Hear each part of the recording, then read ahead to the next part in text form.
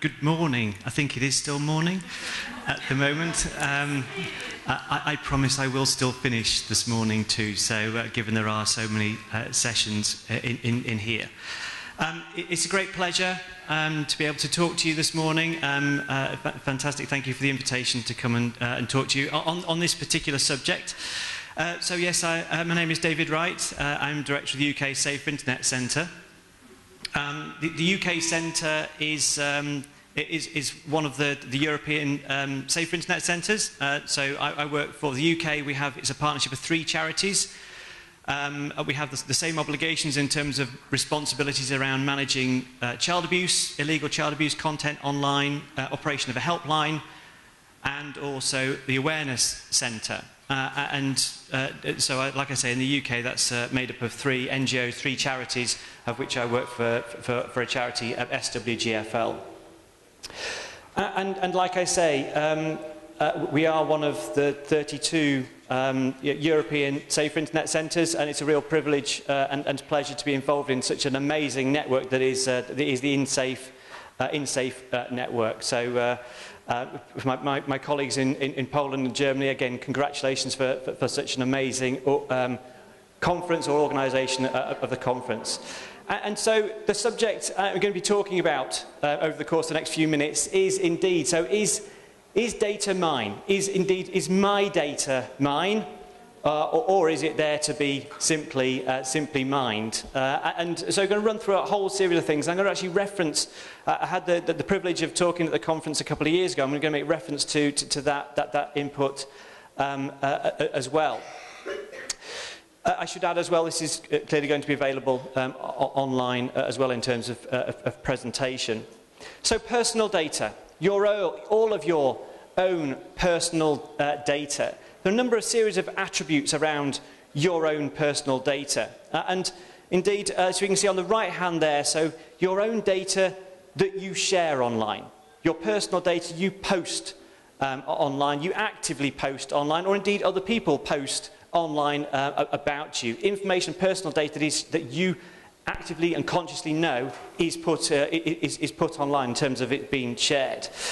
Now, in terms of the implications of that, this was just some research that Microsoft did a few years ago in terms of the impact, the consequences perhaps of data being shared online. So 14% of those surveyed concluded that had a negative impact of their personal data being online, whether that was through losing out on a job. 21% of those lost out on some form of employment or interview, as well health or insurance and financial implications as well. But it's not just about the data, your own personal data that you post online. Also, we've seen lots of headlines around data that's been stolen, your personal data that has also been stolen. We see countless instances of where websites have been hacked in one form or another. From a UK perspective, only a week before last, we had a big incident with British Airways for over a period of about a week or so. All people using a credit card details were being captured over this course of this. It's about a week or so. It's about 380,000 people were implicated in that loss of data. Not just about data as well being stolen, but also being locked, being encrypted through some form of, if you like, ransomware attack. So again, this is implications. So we're not losing data, it's just becomes beyond, we can't access it anymore because it's been locked, it's been encrypted on our devices. So implications clearly around that in terms of access to our own personal data. Many of you will recognise this individual, Edward Snowden, from a number of years ago, describing and disclosing just about sort of the mass surveillance instances that have gone on over the period, particularly across the States, whether that's governmental or indeed corporate mass surveillance and use of personal data. And then earlier this year, did we not see the implications become kind of mainstream with the headlines around Cambridge Analytica and just the use, the acquisition of our own personal data, and indeed the connection of people who have acquired data through being associated with somebody else as well. So big headlines around Cambridge Analytica. So with personal data, like I say, data that we consciously share online, There's also data that we subconsciously, I would suggest, share as well. And primarily through that's going to be typically through the device in your pocket. So mobile devices, whether tablets or some form of smartphones. So this infographic just describes the sort of 75% of apps require some form of data in order to operate. There's then this question about, well, how else is that data then utilised? How is your personal data being utilised? This is it is a bit like an eye test, I appreciate. This is an article published in Wired, and just highlighting the extent of personal data that is being captured through the provision of what is standard services. So we'll just, what this do, we'll take it down into Gmail. How many of you have a Gmail account? So quite a few of you. So free email services. In order to provide you with that free email service, the yellow dots is the sorts of data that you're providing access to in terms of your own personal data. Now, you'll all know that because you clearly all read the terms and conditions when you signed up for that service, did you not? So you'll be completely aware about that. Just about, in terms of the access to your call logs, the feeds that you subscribe to, a range of different data in order to provide you that free, which isn't a magic word, free email service. We have an insatiable appetite for stuff that's free. And so make no mistake, there is no such thing as free.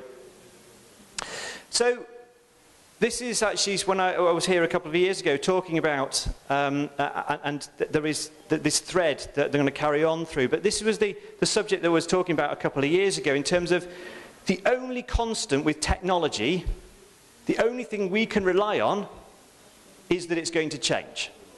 That's the only thing you can be certain of, is that what you can see today is going to be different tomorrow. Now, given that constant, many of the online safety messages, and Jonathan made this point very well, very eloquently yesterday, given that constant change, many of the online safety messages we give to children are between 10 and 15 years old. And so given that constant change, we suggest, and again, I'd say Jonathan mentioned this yesterday, we need much more sophistication. So checking privacy settings is clearly one of those, which I'm going to go into. So other ones like, don't post personal information. With social media, that's the point. That is the point of social media, to share, to post personal information. And so if children can't see themselves, it's not relevant to them. Well, if I can't see myself there, it's not relevant to me. Therefore, the message is an obsolete one. So much more sophistication. So checking privacy settings is one of those messages that we often adopt and we often provide, particularly to children. And its origins, so for sort of 2-3 years ago, when all children were using Facebook, it was really applicable. Check your privacy settings. You'll all recognise, or perhaps many of you will recognise these kind of symbols within Facebook. You go and set your privacy settings. And so nice and obvious and applicable advice. But hasn't the world changed? So just this breadth of different services that many children will be using, which we've clearly talked about over the course of this last couple of days, the breadth of services, many of which indeed don't have privacy settings.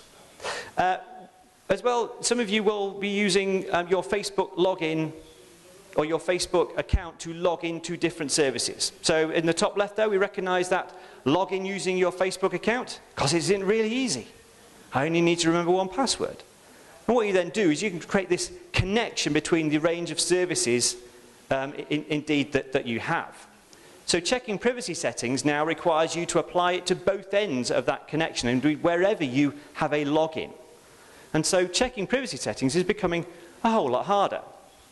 Then we overlay on top of that, if you like, devices that you use. Devices that you all use. And again, when you install an app, you'll be familiar with that, provide consent to. This little box about this is the sorts of access that this app particularly requires. Again, you're creating a connection. So it becomes this big web of services, of devices, and so checking privacy settings applies to each and every endpoint and each and every connection. And so it's almost becoming, we suggest, impossible to apply. in terms of checking privacy settings. So terms and conditions. How do we know about all this access? What sort of data is being acquired, is being used? How do we know? Clearly, it's all in the terms and conditions. That list of information, the detail that you all diligently read. I know. And so, just again, kind of short infographic. Typically, so a typical terms and conditions takes about 8 hours to read. And you do need typically a college-level education in order to understand it. Now, there's some particular relevance in some of that. We saw in January last year, the Children's Commissioner in England published a report called Growing Up Digital. And one of the things that Anne did as a consequence of this is she invited law firms to summarise, in the first case, Instagram's terms and conditions. Actually since gone on to do YouTube, Facebook, Snapchat, which have been published as well. But these are some of the conclusions that Schillings, this law firm, actually made. So you still own, those of you using Instagram, you'll clearly know this because you've read the terms and conditions, you still own your images, but you do give us, Instagram, worldwide rights. We will sell that data, but we won't pay you for it. Part of that report as well, she played it back to a group of 13-year-olds and was met with horror, with shock. That's not fair, they said. Great activity to do with children. These summary statements around this is the sorts of things that are included in terms and conditions, which is why terms and conditions, particularly privacy statements as well, are really, really important. Now, we have seen, if you like, so GDPR clearly come in May and has had a significant impact. And will continue to have a significant impact in introducing limitations or data minimization around the extent of data, the extent of data that's been acquired, whatever that data will be, needs to be in connection with the service that you're providing, as well as things like consent. So what does consent mean? So consent has to be as easy to withdraw consent as it has to give consent. So an important aspect as well. Now we've seen that happen, the impact happening beyond European shores. So I'm part of an IEEE standard looking at looking to set standards around child privacy data in the States. And so GDPR is actually fueling lots of, in terms of the standards, lots of that potentially that IEEE standard as well. So great expectations for GDPR and having a positive impact in this particular field. But we do think that so much more can be done. And in this particular area, you'll all be familiar with labelling. You go into a supermarket, you're picking up food, you'll see the kind of the nutritional based labelling. Before you put something in the washing machine, the laundry labelling, in order to kind of understand about that particular garment. We've seen eco-labelling as well. We see labelling everywhere, except, and we suggest, this is what we want to see, is we want to see labelling for terms and conditions or for privacy statements. So that information that you can understand at a glance, sorts of information and metrics around how this service, what data is acquiring and how it uses it. And so there are a couple of examples that I'm just going to cite.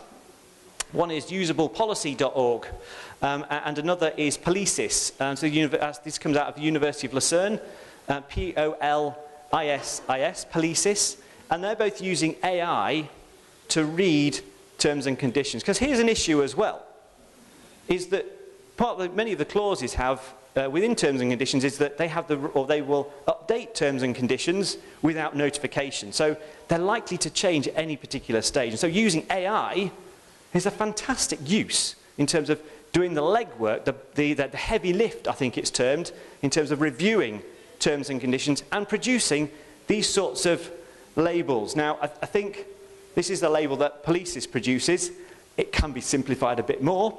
It does look rather complicated, but it's making the point we're heading towards something that we very much like to see.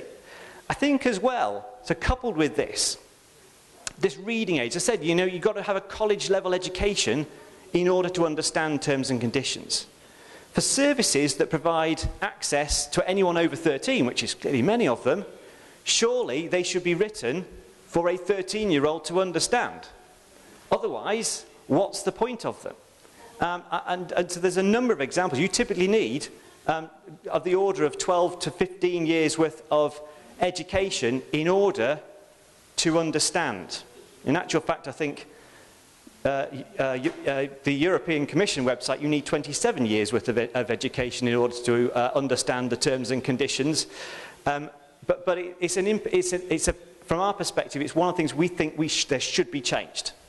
You know, if you are 14, you should be, the provider should provide you with information that you can actually read and understand. So labelling, we very much see and I would like to see being introduced, so standards around labelling. So I would also add as well, they've done some 7,000 policies, particularly policies. If they haven't got one, you simply put in the website and it will then go and determine, it will read the terms and conditions for you and produce you a label. So a great thing to see, but it's still very much in its infancy. So there we go. You know, this question about is data mine or there to be mined? And I think whilst we have this insatiable appetite for things that are free, and like I say, make no mistake, there is no such thing as free. Indeed, if you're using a free service, then you are the product. It is only through that. A great example is WhatsApp, that free service. Often that's the response. Why do we use WhatsApp? Because it's free. I should add, it's just a great example. And so WhatsApp was acquired clearly by Facebook in 2014. They paid £13.7 billion. Now, that's a colossal amount of money for what is a free service. There is, folks, no such thing as free, and it would be wonderful. So children need to very much, I think, have this question. When we're signing up, we're using services that are free, a voice in the back of our heads, the back of their heads. Well, why is this free? Why is this free? You know, so make an informed decision by reading privacy statements, even if it's just glancing through privacy statements ahead of when we get this kind of labelling. Just reading this and understanding why this sort of thing is free is particularly important. And so with that, I'm done. I'm hoping it's a massive kind of skip through what we think, where we are with, particularly with personal data, and indeed where we want to see and where we want to go with personal data as well. I indeed am done. Thank you very much.